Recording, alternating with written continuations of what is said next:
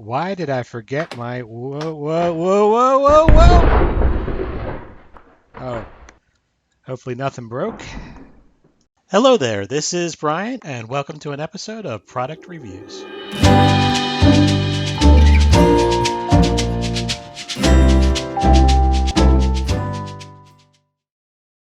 Hello, everybody. Today we are doing part one of an assembly and initial review of the Hyper Bicycles E-Ride Electric Pedal Assist 26-inch mountain bike. I ordered this from Walmart on sale for $398 as a present for myself. The regular price is a few hundred more, but these sales seem to be pretty routine, so I just keep an eye out for a price drop. I also purchased the 700C commuter bike version for my wife, which I reviewed in a previous video. If you do find videos like this helpful, click that like button. It does help out the channel, and it helps me know what people enjoy watching. The box itself is a little heavier but manageable, and as you can see, the bike comes really well wrapped, and unlike the commuter bike that I've received, this came in great condition. So it seems that shipping damage is hit or miss between these products. There are no detailed printed instructions nor any tools provided. If I had to guess, this is really geared towards being pre-built in the store, but of course, these were not kept in my local Walmart, so I had to order these delivered from online. Now you are going to need some tools to assemble this. At a minimum, you need an adjustable wrench, a collection of metric hex keys, a Phillips head screwdriver, as well as an air pump for the tires, of course. If you've assembled household items in the past and kept the hex keys that came with them, you may have a set that works, so try them first if you don't have a key set. I ended up using a 10mm driver on some parts, my adjustable wrench on most of it, and as well as the hex set. I would expect it to take the average person probably 1 to 2 hours to assemble this, depending on your experience and skill level, but hopefully this will help you cut out any mistakes that I made going through myself. Now, as I went through this, I took some time to inspect everything, and everything seemed complete and well packaged. Not to mention little things like this. If you notice how that front fork is attached to some type of holder within the box, that actually helped keep this much more stable. And gosh, they zip tie and package the heck out of this. It actually took me a good 20-30 minutes just to kind of break apart all the packaging to get to the bike itself, and that's a good thing, not a bad thing. So now my first step was to start putting on the handlebar and getting the bike able to stand up by itself. When tightening fasteners, I prefer to hand tighten first and later tighten them with a screwdriver or spanner wrench, just in case I need to make later adjustments, or as I often do, make mistakes during the process. And given that there's no instructions, I'm just going to go by feel rather than using any type of torque wrench, so who knows what the proper specs are to tighten these up. Now when you do load up the handlebars, make sure you have the bottom of the forks facing forward. This is a mountain bike, so the bars are front facing off the forks, as you can see here. I actually found that the front handlebar was actually a little bit too more aggressive for me, meaning that it's a little bit more lower than I found comfortable. And I can imagine myself, really putting a lot of pain into my back and stress on my arms. So much so that I actually went ahead and started to return this and get the larger 29-inch bike until I did a little research and I found that you can extend the handlebar up using extension.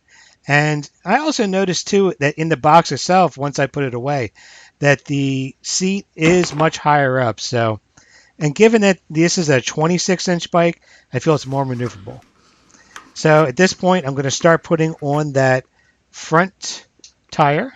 And as in the initial blooper, I did drop this when I went to go put this on, which of course, through the magic of video editing, I was able to make this look much more professional in this. One little disappointment, but I guess it's not terrible, is that this has the old-fashioned screw-on bolts for the front wheels rather than the quick release, which is kind of a bummer if you want to take the front wheel on and off, but then again, they had to cut corners somewhere. Cheap bolt choice does seem to be a constant theme with these hyper bikes. Not cheap enough to be dangerous though, but if you plan on using the bike heavily or you like to tinker with your bike, I suggest probably replacing most of those bolts over time with better machine ones for increased durability and better ease of use. Now, while the front wheel does not have a quick release, the seat does have a quick release, which is really nice. You just pull a lever and that seat pull comes in and out pretty quickly. One downside is this might be one of the most uncomfortable, worst seats I've ever seen on a bike, and that was definitely the first thing I decided to replace on this bike.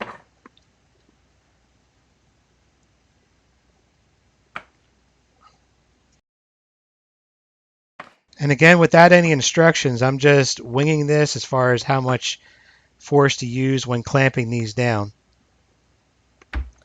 At this point, I'm going through the remainder of the package, and this is the charger I just plugged in.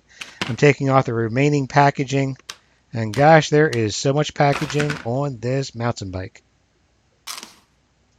That all being said, I gotta say, I was really impressed with the quality of this bike. I actually expected something more like a $100 bike that they slapped a battery to, but truth be told, I mean, this is a really quality built bike. And I also like the fact that the battery is built into the frame. It's not just something that's slapped in. And this is me here realizing you have to attach the little rubber knobbies on top of the front bolts for the wheel. I got that kickstand up. Now I'm starting to put in the pedals on. Just keep in mind that when you put the pedals on, you need to turn these in the direction that you're riding on each side. So instead of on the left side, you're going to do lefty tighty instead of righty tighty. So just took him first a moment to do that, or realize that the first time I did that.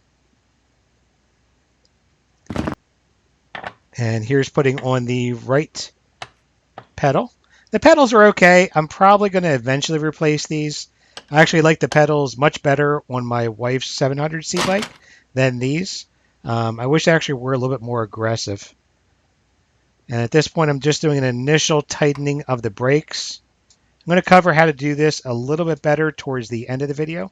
Actually, I'm probably going to break this out into a separate video on how to tighten brakes. So keep an eye out for that in a future coming video. That'll probably be a pretty short video, but I think it'll be pretty useful.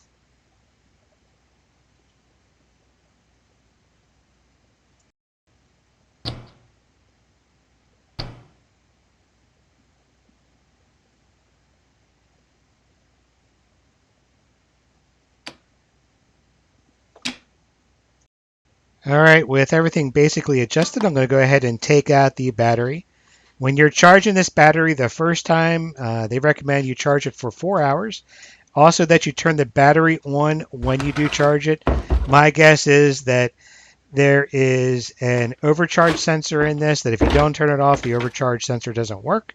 That's just a guess, but it was included in the instructions, which of the few instructions they did include, so I take this pretty seriously. One great thing about these hyperbikes I've noticed is that the batteries are interchangeable. So if I decide to ever go out solo and I want to bring an extra battery, I can grab the wife's or vice versa. It's a pretty cool little feature. Now just taking off the last of the trimmings, tightening up the front mirror, the front reflector, and lining it up side by side. I actually found this mountain bike to be slightly smaller than the 700C bike. It's rated for a person 5'2" to 5'10", which you can kind of feel. I'm 5'10", so I'm at that very upper end of the spectrum, whereas the TL1 is 5'4" to 6'1". You can definitely tell the difference that I made after assembly. I mentioned that the stem was too low. Unlike a traditional bike, you'll need to buy an extension if you need to adjust it upwards, and I'll post that when that part arrives. To start the bike, you first need to turn on the battery and then the main controller. You can turn on the main controller on and off. It doesn't really seem to adjust the battery much at all. The mode setting is for various speeds ranging from 12 to 20 miles an hour, and it really does go. The 6 kilometer button is for walking your bike up a hill. You'll need to hold it in to get it to operate. Also, take some time to adjust your controllers. You generally want the back of your palm in line with your arm while riding, and that'll reduce stress.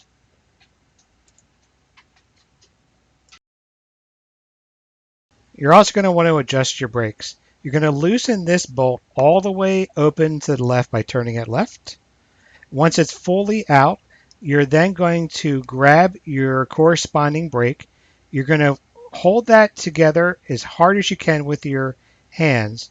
You're going to undo that metallic hex bolt right there next to my thumb. You're going to pull that cord out as far as it'll go to tighten it all the way. Then you're going to lock that hex nut back in. Once that's in, you're going to notice that your wheel is not going to turn. At that point, you're going to turn that back right, the bolt next to your bar, and that will leave your brakes pretty well set for what you want to have them at. Well, I hope you found this assembly review helpful. If you did, please click that like button and subscribe for future content. If you have any additional tips, please leave them in the comment section. If you do have interest in the 700C commuter bike, I do have a review for that, so be sure to watch that. And I'll have experiential reviews on both of these following pretty soon as well to give you a more hands-on how does it actually feel in the road type of review. And as always, take care and hope to see you again on another amazing adventure.